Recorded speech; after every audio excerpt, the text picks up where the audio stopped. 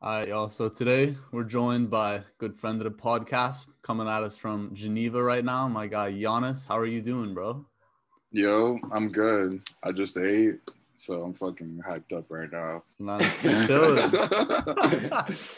Yo, I'm good. I gotta listen. This is the first episode of 2021, first guest of 2021. How you tell us how you moving in this new year, bro? What's your aim for this year? How are you feeling? You feeling hyped, Uh, ready to go? I'm feeling good. I mean, as good as I can be. Yeah. Like last semester for me was shit. It's my final year in college, thank God. But last semester was ass. Yeah. But new perspectives.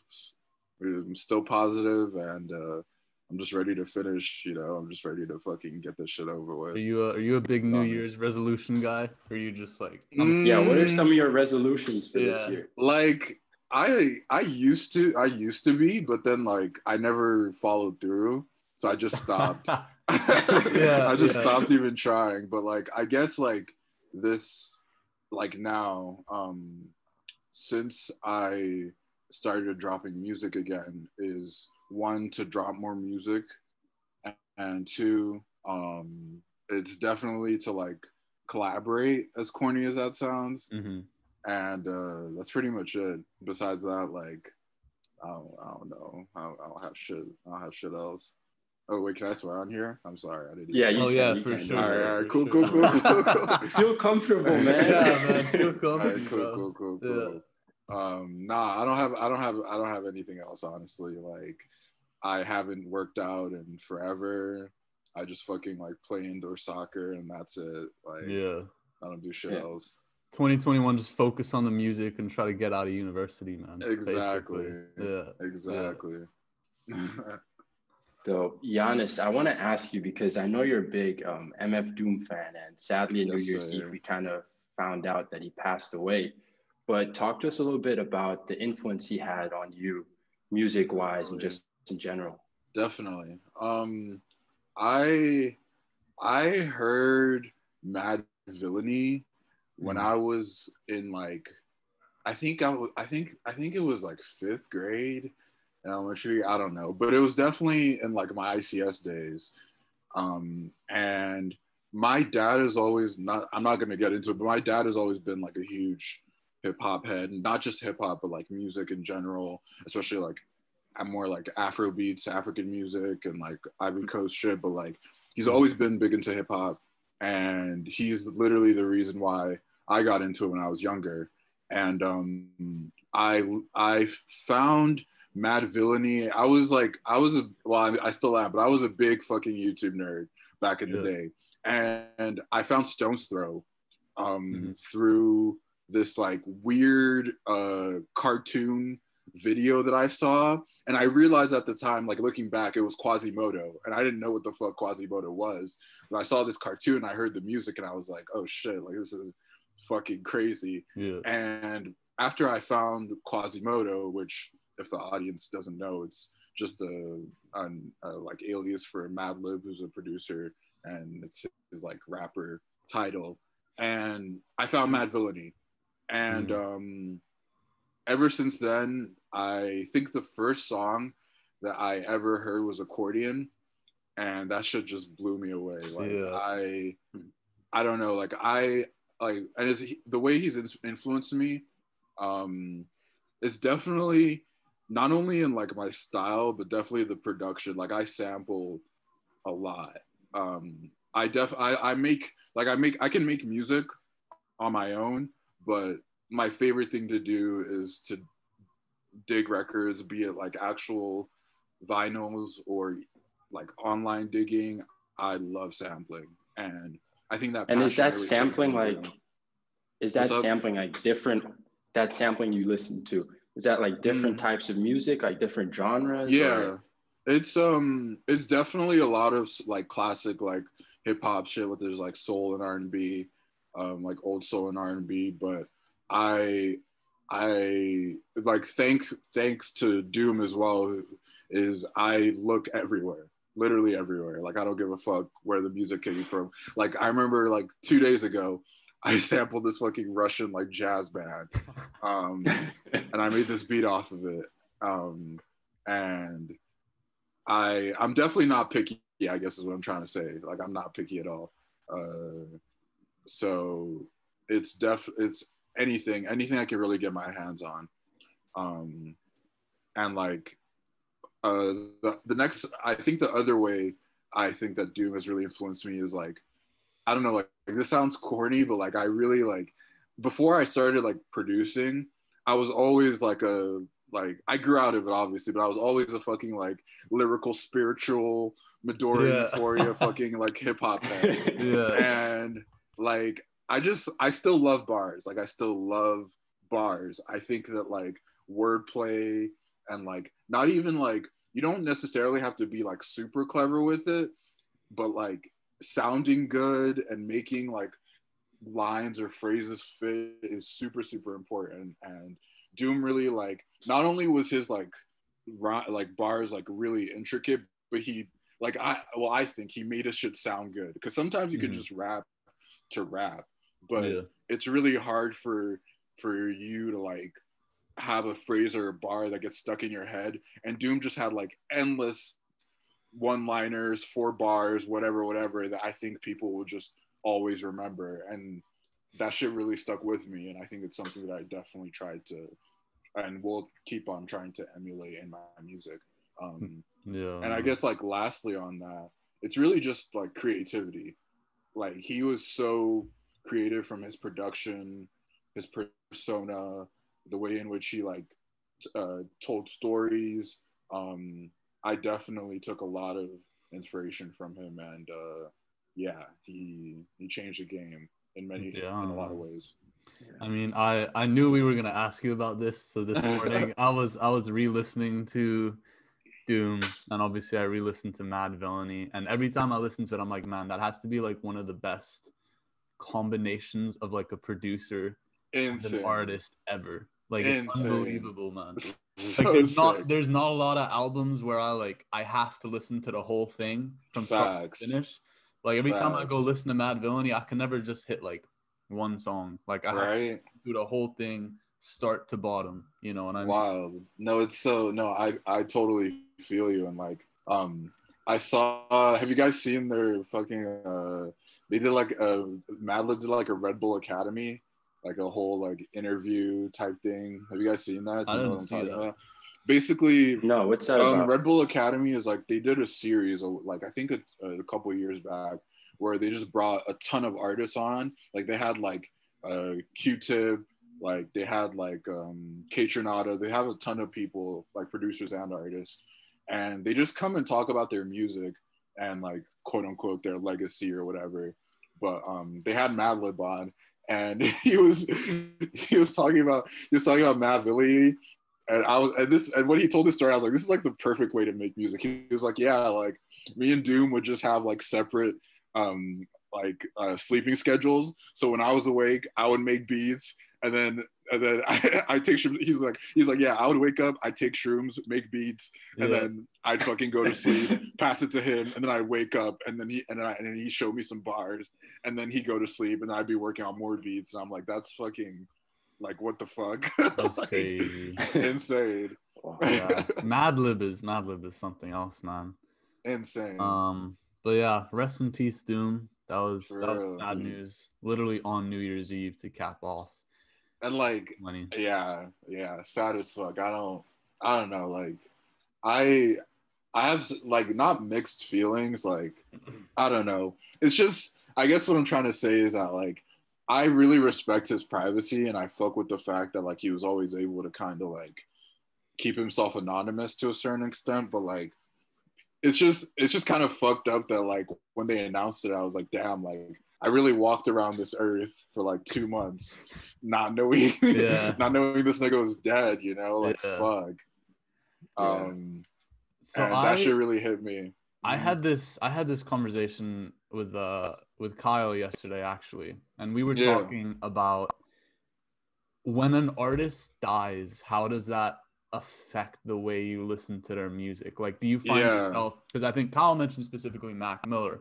It's hard for me to go back and listen to Mac, because every time I hear it and I hear him talk about certain things, I'm like, shit, like this is what killed me.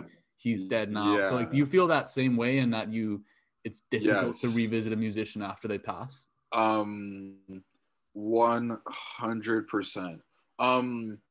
Like, and you brought it up, and this is literally the example I was gonna say was Mac Miller. Yeah. I still love his music. Don't get me wrong. Faces is one of my favorite songs. Not favorite songs, favorite projects. Mhm. But fuck, what's that song? What's that song where it has that voicemail from his brother? I haven't listened to Faces in a minute. In a minute. Not Yeah. saying, but I can't remember this song. Wait, I have to hear this. You gotta pull that up. Fuck, I can't remember what song it was. But he had that one song. Yeah, His brother was putting a voicemail exactly, on. exactly. And he had one song, and his brother put a voicemail on it. It's basically like, yeah, like, call me. Like, I haven't heard from you in like 36 hours. I hope you're doing well. Yeah. And it goes into the song, and I remember like when Faces dropped, I read the Genius for that, and Mac was like, yeah, like, this is like an actual voicemail from my brother when I was on this fucking like week long drug bend, and I had to put it on because this is just like the shit that goes on with my friends and family. And I was like, damn, like, and like ever since his passing, like obviously hearing him like rap about drugs and the whole like self-deprecating but kind of suicidal but jokey, like you don't really know if he's being serious or not, thing, like it's really hard to listen to. And I think that like I think one of the biggest things with artists passing away, especially like with the ways in which they pass, which is so specific to Mac Miller with his like problems with drug abuse, is that it really gives context, you know? And like, have you guys seen that meme that's like songs hit different when you know the artist is a bad person? Yeah. You know, like I feel like for me, like songs like those songs like just became way sadder now that I knew that like this nigga died from it. You know what I mean? True, like, it's like I don't know if Leke, you might, I don't know if you relate to this, but I have this not with music. I have this with Kobe. I don't really watch Kobe highlights anymore because every time I watch, I'm like, fuck. Yeah. Like, it's not I can't watch it without thinking of the fact that this man passed way before his time, you know what I mean? So I don't know if you feel that as well. Yeah. Like exact same thing. It's crazy because yesterday I actually watched a documentary on Netflix that just dropped, Tony Parker. And in that documentary, they also interviewed Kobe. And I think they interviewed him like a year and a half ago or so. And like Kobe was talking about all these different experiences he had facing off against Tony. And I was just like in shock because the basketball mind that Kobe Bryant was, it's just insane. Yeah, bro. His death was mad tragic too. Like him and his daughter, fucked his up. Daughter, I guess that'll be close to a year ago now because that happened last January. So damn, man. Well, RIP to a couple of greats. We got to switch to more positive connotations. We talked about Doom, one of your influences. Now we got to talk about your own music, bro. Talk to us about the Obsidian EP that just dropped. How that went. But all right. Like, do you want me to like start like where, like the process, like where it started? Yeah, like how did it come about? Walk us through that. I haven't dropped anything in like 4 years, you know, and like part of it was me like, you know, graduating high school, living life, all that type of shit. But it was also like, I don't know, like I felt like I've always like, and I think every fucking artist, person, whoever goes through this, but like, I didn't really feel like I was in a place to make music, if that makes sense, you know? And like recently, ironically, with all the shit that's happened this year, I kind of came to a place like not only like with like myself, as corny as that sounds, but like with like my own like musical development, me being like becoming a better producer and all that type of shit over the years, and it just felt right. And I guess so I started producing like 2 years ago now, going on 3 years. It would be 3 years like this year in November, but 2 years ago now. And I didn't really think I was good enough to do shit, you know, like a lot of the beats I made, like I remember I made a fucking beat that was like some Sango shit. I made a beat that was like just sounded like all these different artists that I love. Yeah. And like this year I started making shit that I was like, damn, like this is stuff that I want to rap on. And it started in the summer. The first song I wrote was Spread Your Wings, and I had the hook and like some of like the lines from the verse like written down, and I just didn't have the beat, and I made the beat. I wrote it like I want to say like when it like school ended, like because of COVID, like what, like March, around like March, and I wrote it around then as well. And during like later in the summer, because I was still in the US, I put the beat down for that track then, and that's how. So that was the first song I made, and I didn't even like have a project or whatever in mind. And I had that down, and I lost the beat. I lost the recording I did. I had to, yeah, bro, it was fucked up.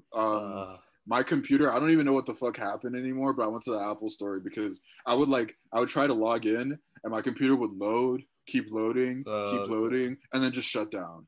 And it just kept on doing that. And they were like, yeah, we just have to wipe your shit, and you have to get it back. And I didn't back up my shit until like forever. So I just lost a ton of beats. Like it was ass, but whatever. I thankfully, like, I still had the lyrics written down. I knew the sample, I knew the beat, and like I just remade the beat, and thankfully it came out better than the first draft. And once I had that down, I want to say that I wrote I think what came after was either Dream Big or Obsidian. I don't remember. I think it was Dream Big / Clear Blue first. But so I put that down. Like I wrote some of that during the summer as well, and then when I came back is when I really started like going a bit harder on like writing and producing, and like really like fine tuning the beats and knowing what the fuck I wanted to use. And funny like the funny story behind this is that like at first I only wanted to drop like 2 songs. Like I wanted to do like 2 singles or whatever.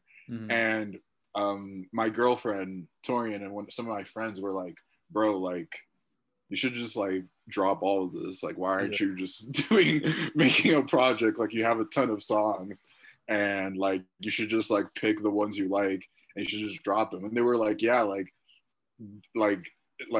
there's just, they were like, oh yeah, bro, like there's just like a lot of like thematic consistencies between these tracks. Why don't you just fucking put them out all in one? And I was like, oh shit, it kind of hit me, and I was like, oh shit, like yeah, I am kind of working towards a project. Like I wasn't even trying to do that, and it just kind of came through organically. And I guess the last thing about the project that I want to say on that front is that I like with the title track and like the name of the EP, like Obsidian, it came about because like I don't know, like the EP is like me, like I've always, oh shit, I didn't mean to turn off my camera. I've always been like, I did art in high school, and a lot of the shit I did always talked about like my personal life, involved like my friends or family in some way. And I thought I wanted to talk about like me kind of growing up as a Black kid, but not in like the like I wanted to have like a cool like metaphor that wasn't just like, I don't know, like, you know, Black excellence or Black people. Not that those things aren't great, but I just thought like Obsidian was a great way to show that, especially with like the crystal, what it represents, and all the shit that I'm talking about on the album, with me like different struggles with my family, kind of accepting like my own background and all that type of shit, and like also like not only accepting my own background, but like me myself as like an artist to be, or an artist, whatever. And that's kind of how the title track like came to be. And I was like, yeah, like this is the perfect name for this body of work, essentially. Yeah. And with that, because I know kind of you're talking about Obsidian, and something about you too is that you're kind of like a global citizen. Yeah. And I feel like your music also kind of showed that, like with your production too, because for example, your intro, you had Kyle, I think, right? Help produce it. And he was out in Edinburgh and stuff like all over the world. So how was that kind of coming together with him on a track, even though you guys weren't like physically able to be with each other? No, definitely. Me and Kyle have been like, he told me he started producing like a while ago, like around the same time. I think he started like not long after I told him that I started. And I asked him a minute ago to like send me beats, because I was like, I want you to rap on. I know that nigga's fire. Like I was just like, bro, like send me some shit. And he did. And what's funny is I had the pack sitting with me for like, I don't know how long, but I had it with me for a minute. And like, it was one of those things where like you listen to it and I was like, damn, like I could really rap on some of this. But it didn't like, I don't know, like it didn't like click right then, if that makes sense. And I had a couple of the beats in mind. Like, I don't know. I'm like, I don't know if you guys get this, but I get shit stuck in my ear all the time. People make fun of me, but you'll just see me fucking randomly humming shit. Like you'll hear me randomly humming shit sometimes. And I had one of his beats like stuck in my ear, and it was the intro track. And I just found myself like thinking about it, and I was like, damn, like I really need to put something down to it. And I wrote I had like the three like middle tracks, like Spread Your Wings, Dream Big, and Obsidian down.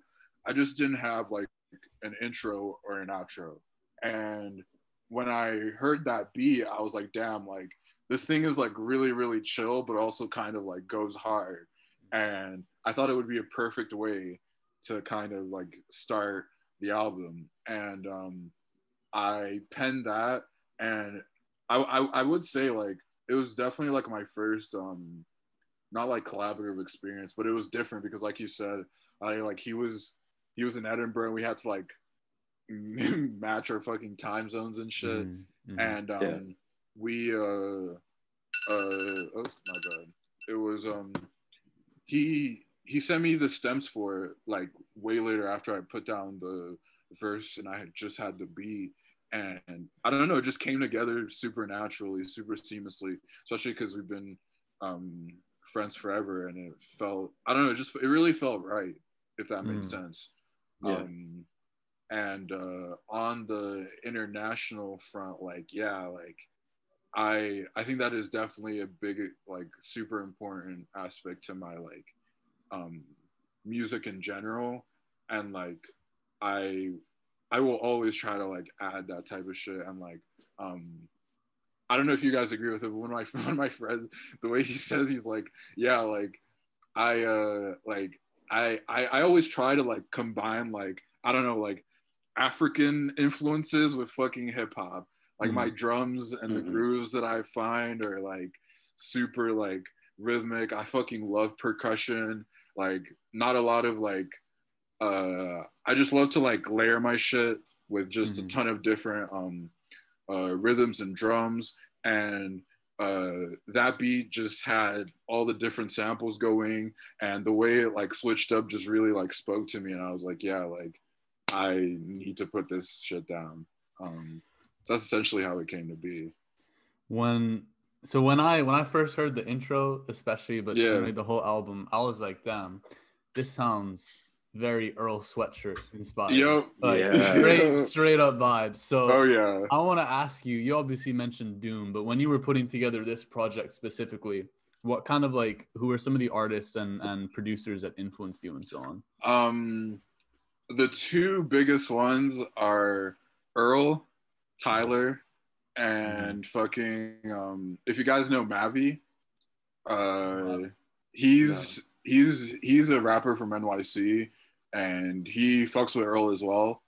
And he very much like is with that same style, and it was definitely all of that. And like I can't even like and like I will say like the person that I have in mind all the time, or the two people actually that I have in mind all the time when I make beats, are Dilla and Nujabes.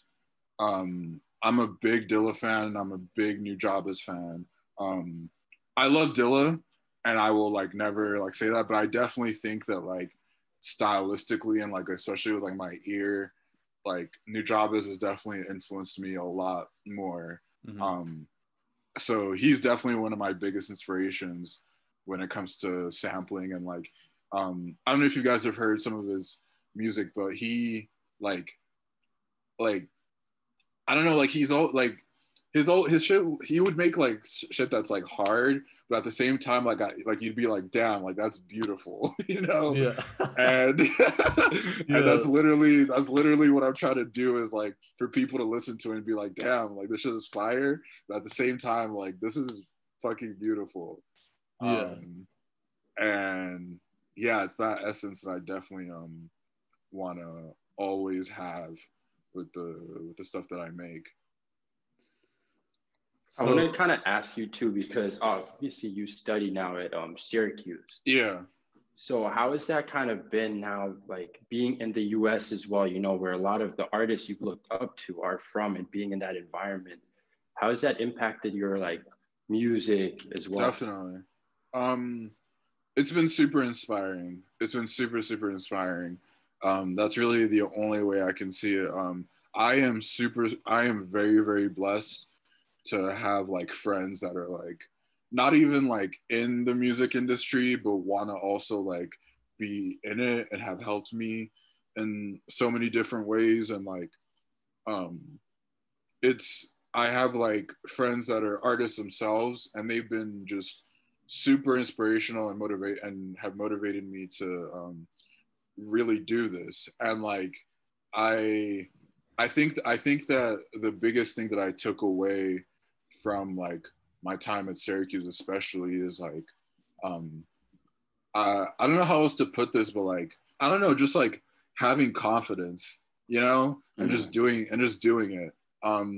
Like I know I'm not the fucking best. Like I know I'm fire, but I know I'm not the best.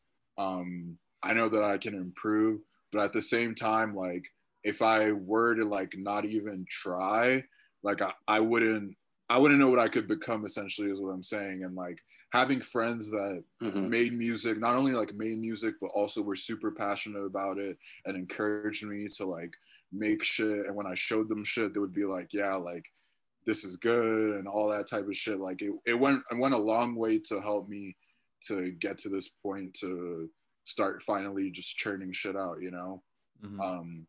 And a part of that is like, I don't know, like I look back and like I'm like, damn, like I really could have been making music since I was in college.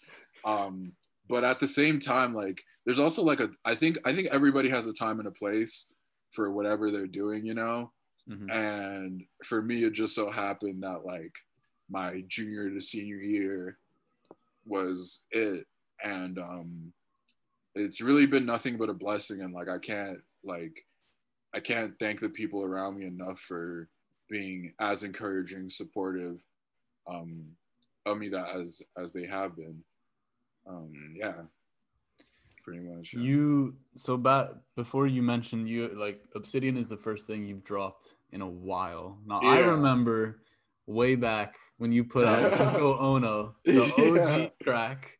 For real. That was a good, I don't know, maybe 4 or 5 years ago. So like, yeah, how would you, obviously Yoko Ono and Obsidian, very different. Yoko Ono still slaps. I will play that to this day. I swear to God. But like, how would you say your kind of style and your music has evolved over that definitely. time? Especially because you went to college and went through so many different experiences. Yeah, I think that like with Yoko Ono, like I like, I don't know, like I love that track, but also like this is just, I think like every artist is fucking self-critical, but I listen back to it, I'm like, damn, like you did not know how to rap, bro. Like there's like, I was just like, damn, like I did not know what the fuck I was doing. And I think that I've just become a lot better and a lot more comfortable with myself, and like especially because like with that track, it was one of my friends that produced it. And I think that it's super different for like, I think that it's super different for artists who like make their own music, if that makes sense. Cause like, I like, you're able to really tell when the beats fit them, if that, you know, like I think of someone like Pierre Bourne, I hear fucking Racer and I'm like, yeah, this nigga made this beat for himself. You know what I mean? Yeah. Like he like, and I think that's really what's different, is I've just become not only a lot more comfortable with myself, but a lot better musically. And on the experience side, yeah, college definitely like changed me. Like I think that like, how do I say this? Like I used, for example, like I used to not understand why Frank Ocean would fucking like disappear for half a decade and come back and be like, yeah, here's a couple fucking tracks, bro. Yeah. Like here it is. But like at the same time, like I was like, damn, like I don't know. I think when you're not like being like creative, or like you have like an outlet for whatever it is you do, like I think when you're not like spending that time doing that, like the other time you spend living life is just a culmination of experiences that will add to whatever you're doing, you know what I mean? And for me, I really felt like I just needed to grow up a little bit. I really felt like I needed to grow up a little bit and just like experience what life being semi-independent and all that shit had to offer. And I think it was definitely for the better, because I'm just not the same person that I was when I recorded Yoko Ono. And not only do I think it shows, but I'm like, I'm able to really like talk about stuff that I feel as though I know shit about, if that makes sense, you know? Like, not that I didn't think that in Yoko Ono, but like, it was also like, I don't know, like I look back and I'm like, damn, like I really didn't know shit about like relationships and like getting at girls. Like it was really just some high school shit. Yeah. And not that there's anything wrong with that, you know, but you mature, you grow up. Exactly. That's exactly it. That's exactly it. Yeah. Yep. But so Yanis, now after that you've dropped your new EP, what is in store for you, like music wise and creatively now, just moving on in the future? Definitely. I just keep dropping music. I don't know when, but I am definitely gonna try to keep being consistent. I've been in a fucking like groove ever since I dropped it. And like I don't know, I'm just mad hungry, mad eager to just get the shit out there. And that's pretty much what's in store. Other than that though, I have like other stuff going on. I like I don't know, like I love making music, don't get me wrong, and I love like doing shit like for myself, you know? But one of the things that I do want to do is like, I love making shit for other people. Like I really fuck with like, I don't know, like I really respect producers, like not only like Pharrell, but even like Dylan Nujabes, who I mentioned before. Like we're able to like make beats for themselves, but then also like did shit with whoever, like Dilla with like Slum Village, Nujabes with like Shingo, and all other types of artists. And I think not only is that like fun for me as well, but like I really want to just like expand my fucking like musical genre, whatever the fuck. Like I have like for example, like before I lost all my beats, I had like R&B shit that I was trying to send to some people and I was working on with some people, but I lost it because, you know, I just have shit luck. But like but definitely on like the collaboration front and like I don't know, expanding my fucking musical landscape, if you want to say that, is is definitely is what I have in mind mainly. And as for me personally, though, I think I'm gonna continue on like this like sampling path, but like it's gonna be like I don't know, like it's gonna get weirder. Like it's definitely gonna get weirder, and like I love like I don't know. I think one of my favorite things is like I love sampling R&B. I love sampling like vocals, solo, whatever the fuck. But like, I have a few ideas with like how I can make that shit sound super like of course like I always want people to like all my favorite songs are songs that like not only like are like like all the like alternative experimental shit aside, I love songs that sound good, you know, and shit that like not only not and like is catchy. And what's catchy to me isn't always catchy to everybody else, but like I just want to make shit that sticks in people's ear. Yeah. And I think I achieved a bit of that with this EP, but it's definitely a road that I can like go further in and get better at and still be creative with it. And besides that though, I definitely want to make like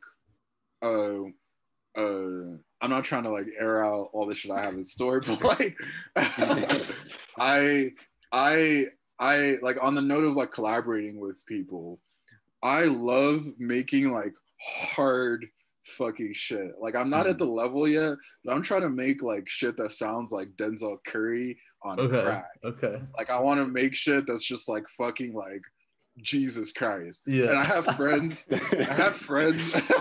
I have friends who I've like made shit with, like me and one of my good friends Sam. We made a song with one of his artists like K Draco, and that's like one of my hardest beats ever, and I haven't made a beat that hard since. So like I want to go back to that and just make shit that's like just hits. And like I love the like slow shit, like that's all me, but I think I'm also like I'm not really tapping into the fucking like energy, the other part, the other exactly side. exactly. And on the next project I definitely want to find like a good balance between that. There's a really dope artist called Kalo Blue. If you guys want to listen, I think you guys would really fuck with him. He's like a mix between like, I don't even know, like he's like Tyler the Creator, but if Tyler made like trap beats and like it was fucking weird and still beautiful, but like you were like, damn, like this shit is hard. Like not Eagle. I like it's like Flower Boy, but like not on steroids, like some hard shit. Exactly. He's fucking fire. Like you guys should definitely check him out if you want. But and like not that I want to do the same type of shit, but like he's really good at like mixing like the like slow, more like melodic shit with like the hard hitting like shit that just makes you go, what the fuck am I listening to? And that's definitely like what I'm trying to do with my own music to a certain extent. I think this is the perfect segue into the little draft that we got set up today. So we like to do a little draft at the end, like a little top 5 with the guests and ourselves. You've been talking about putting together songs, making music. So for this draft, you're putting together a song. You get to pick 2 producers, 2 artists, and 1 person or brand to do your merchandise and all that, like the whole artistic side of your song. So we're gonna go Yanis. You're gonna start with the first producer, then Leke, then me, then Yanis again for the second producer, and we'll go through those 5 things and see what song you're putting out there for the people. So you got who's your first producer on this track? Is this like Dead or Alive? Like what? You can go with like whoever. If you pick it, whoever. But if you pick it, we can't pick it. All right. All right. Fuck. I really fuck with Mike. I love Mike. So I guess my first producer is Mike. Put him on there. Leke, who you got? For my first producer, I'm gonna go Kanye. Okay. For my first producer, shout out to the homie Kyle Bellingham. He's gonna be the first producer on this track. I gotta put the boys on if I'm coming up, man. That's my first guy, Yanis. Fuck. I don't even know. Let me see. Just cause I fuck with him and I listen to a lot of fucking Low Keyed, I'm doing Jetson Made, bro. Okay. A lot of okay, that's a good I one. Fucking love Jetson Made. He killed, bro. He killed last year. He went on. Insane. And I don't think like, I don't know, like his style is so dope. His style is so fire. And I hope it doesn't get boring, but we'll see. Yeah, for real. Yeah. I mean, if you're going Jetson Made, I'm gonna go Wheezy out of here. Wheezy. Okay. Yeah. All right. If I got Kyle working in the booth, I'm pulling out Pharrell. I'm gonna have Pharrell. Fuck you. They're putting together a crazy beat. So we got our producers. Now you got to come through with the 2 artists that you got. So Yanis, who's your first artist? Shit, bad. Fuck, I don't even know. Just because I think it'd be funny, I'm just gonna put Earl on there. Earl, it has to be Earl. Exactly, it has to be Earl, bro. I'm gonna put Earl out there. I mean, if I'm trying to get that commercial success and basically get a guaranteed #1 record, I gotta go with Drake. Man, respect. I knew you. All right, well, respect. Look. I'm gonna have like a real mixture of genres and all that. So if I got a Pharrell beat, I want Burna Boy hopping on the track with me. It's gonna sound crazy. It's gonna sound crazy. Trust. It's gonna sound like something you've never heard before. Did he do some shit with Diddy like not too long ago? Maybe on his last album. Yeah. Yeah. But it'll sound better than that. Something. It'll sound better than that. It'll be something. Yeah. It's gonna go off. I'm That's telling you. Funny. All right, Yanis, who's your second one? All right. If I have fucking Earl and like Jetson Made, I'm just gonna get weirder with it. And I also love her. I'm gonna put Tierra Whack on it. This is gonna be Tierra a Whack wild is so fire. track. It's gonna be insane. It's gonna be the weirdest shit ever. Yeah, okay. It's gonna be the weirdest shit ever. Oh man. Okay, this is tough. I got my Drake. Yeah, I stole Burna Boy from you because you took Drake. I had to snatch that off you. Okay, I think I know what I go with. Artist of 2020, he carried Lil Baby. Lil Baby, Drake and Lil Baby and Wheezy. That's crazy. Drake and Lil Baby, they done music together. You gotta hit. Not Certified that much hit. though. No, but they did. Yes, yes indeed. Yes indeed. That might have been Wheezy. Wasn't he on like the Baby remix or some shit too? On Life is Good remix, I think he was on. Oh yeah. True. Okay, so Leke got a hit. So I got Pharrell and Kyle on the sticks. I got Burna Boy in there. Who's gonna complete this track? I think something.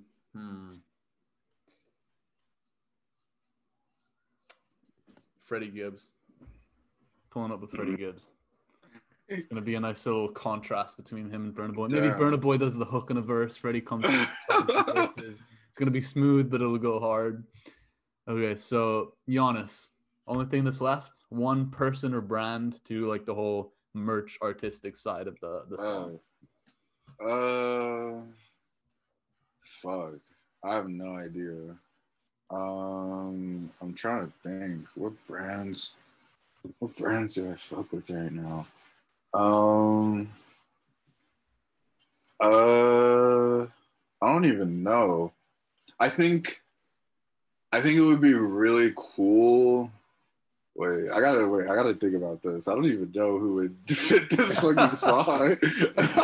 It's gotta be something crazy, because you gotta remember Tiara's gonna be rocking this. For real. Be rocking this. It's gonna be some weird shit. Yeah. I'm trying to think, like, wait, all right, can we circle back to me? I gotta think about this. All right, no worries.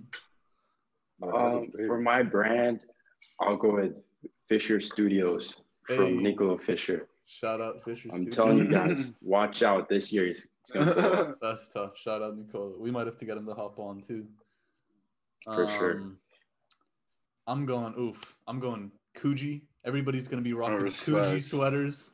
They're gonna be listening to my Burna Boy shit. Respect. It's gonna be different, man. I'm telling you. So, Yanis, you got your brand? I got it. One of my favorite brands, and I think this would be super fucking fitting. I would definitely do Stussy.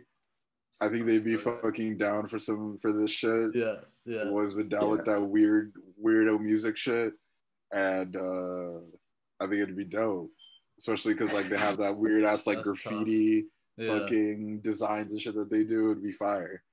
That's tough. So Leke got the big chart topping hit, sponsored by Fisher Studios. Has some crazy. And mine is gonna be like suave, bro. I'm telling you, it's gonna go different. It's gonna go different. I think that's one of the better drafts we've done. That's all three completely different tracks. So Yanis, I'm waiting for you to get a feature from Earl on your next project. Thank you.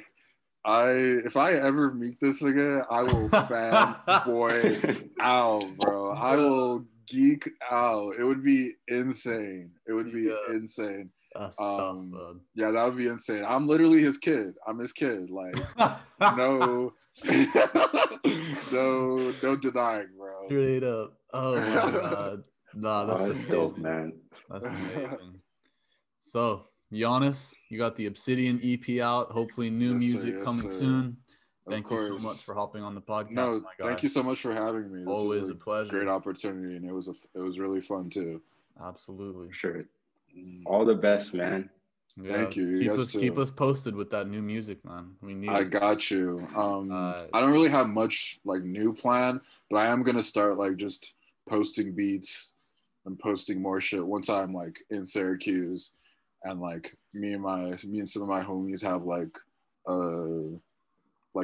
not a studio, but like just an indoor fucking studio type deal going. We're definitely gonna start making shit. And yeah, so watch out.